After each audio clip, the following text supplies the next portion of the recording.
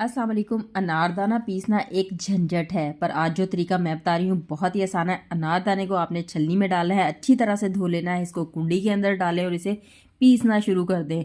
घर का सारा गुस्सा इसके ऊपर उतार दें।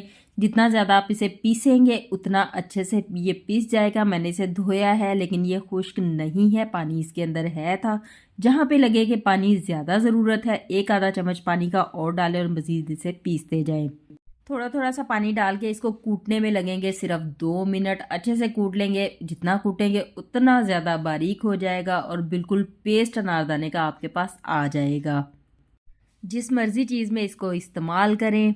तो ये अनारदाने को पीसने का सबसे आसान तरीका है, इसको आप ट्राई ज़रूर कीजिएगा क्योंकि ये बहुत ही आसान है। 2 मिनट के अंदर बिल्कुल पेस्ट अनारदाना आपके पास आ जाता है। जिस मर्ज़ी चीज़ में इस्तेमाल करें, रमज़ान आ रहा है, ज़रूर ट्राई कीजिएगा। दुआओं में याद रखिएगा।